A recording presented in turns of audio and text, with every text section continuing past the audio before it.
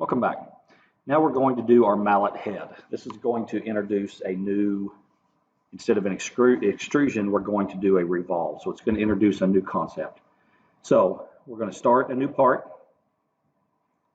start our sketch on our XY plane, and we're going to draw just a simple rectangle. So if you're on polygon, change that back to rectangle. I'm going to draw just a simple rectangle, and I'm going to dimension. The top of this is going to be 0.875, and the height is going to be 3 inches. So our mallet head is going to be 3 inches tall. Now, to make this look like a mallet, we're going to cut grooves in one side of this, and you'll see how this works when we revolve. So I'm going to draw a circle, and I'm just going to place it on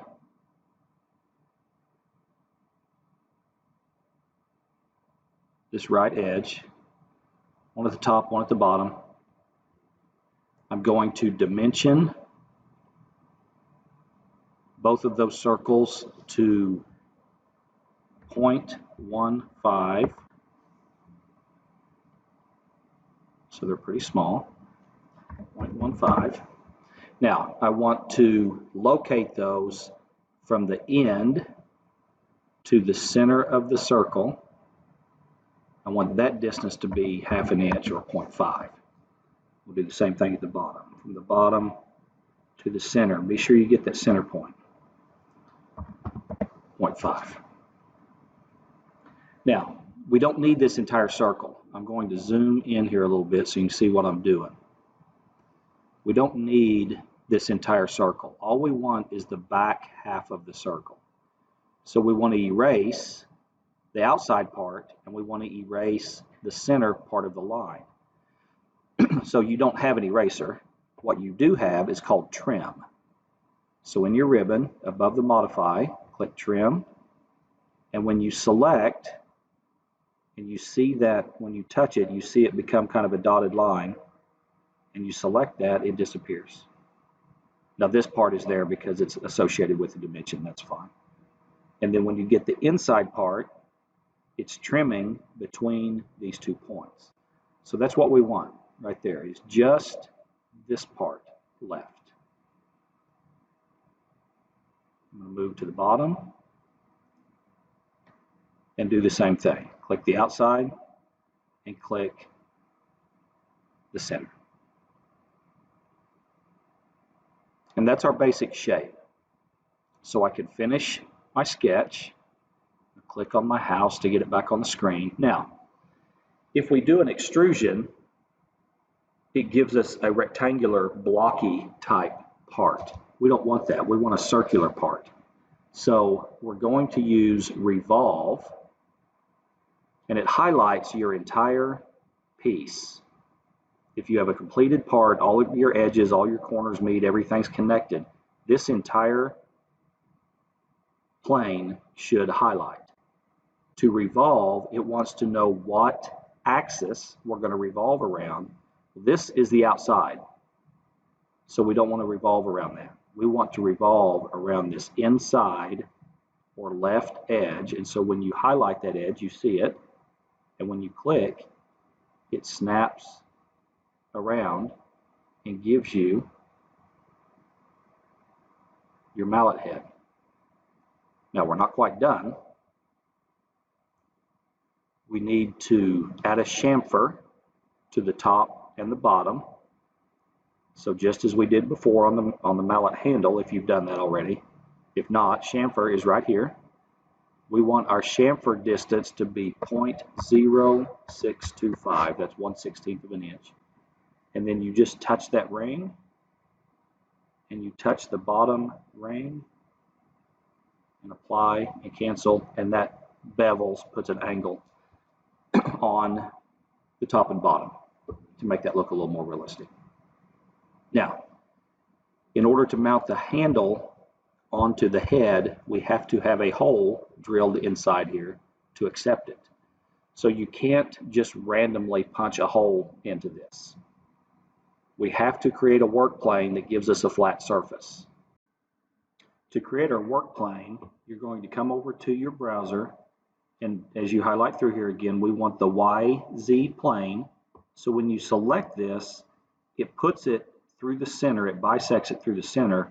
If you come up to your ribbon and find plane and click, and now as you move across your mallet head, you can see when you come to this side, it's on the outside, it's tangent to our mallet head, which is what we want. We want it on the outside surface. So to do that again, YZ, then plane, and then select on this right side your surface, and that will give you your work plane. Now to work on it, you have to start a sketch on that work plane, just as we've done before. And that locates us. Now we are going to project some geometry here to make sure we're in the right place. But what we want to do is locate a point. And I am going to put it right on the crosshairs. Now you don't see that, but it is there. I'm going to project geometry, and I want to select this very bottom line. And what that does, if you rotate just a little bit, it throws the line out onto that work plane. And so I can measure from the bottom line to my point and make sure that it's 1.5. And it should be. If you get it directly on the center point, it should be 1.5. So once you have your point in place, we can finish the sketch. Now, we want to cut a hole into this to accept our mallet handle. So that is the hole feature. Yours is probably going to load like this, and it's probably going to go all the way through. You probably will look like that when you first start. So the first thing that we have to do is change the diameter or change the size of our hole from 0.25 to 0.625. That's 5/8. That's the size of our mallet handle. Then in behavior, and again, this pop-up box may look slightly different, but you should have icons that are similar to this where it says termination. Right now we're on through. It goes all the way through. We don't want that. We want to control the distance that it goes in. And so you have a drill point and the threaded point. If you have a smooth hole like this on the hole type, you want to come over to tapped hole, and that opens up the bottom part of this. You want to control your distance. You want the distance on both of these to be 1.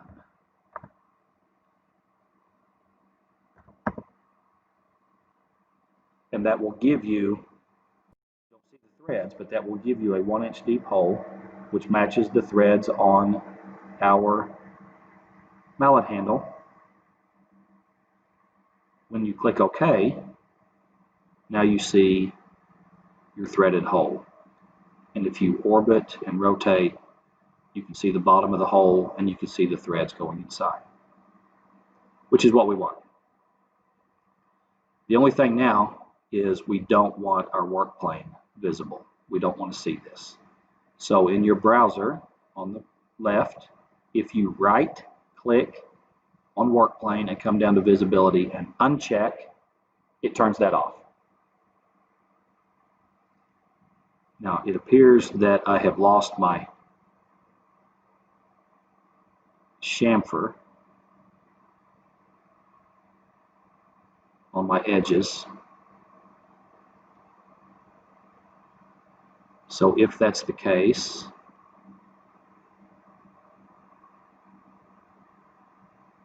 I'm going to edit feature.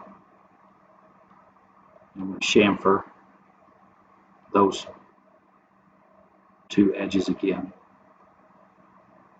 And there we go. I'm going to color it the same as my handle.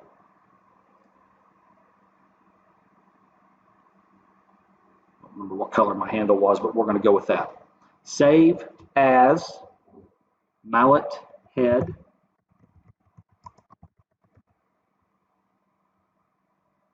And that takes care of that part.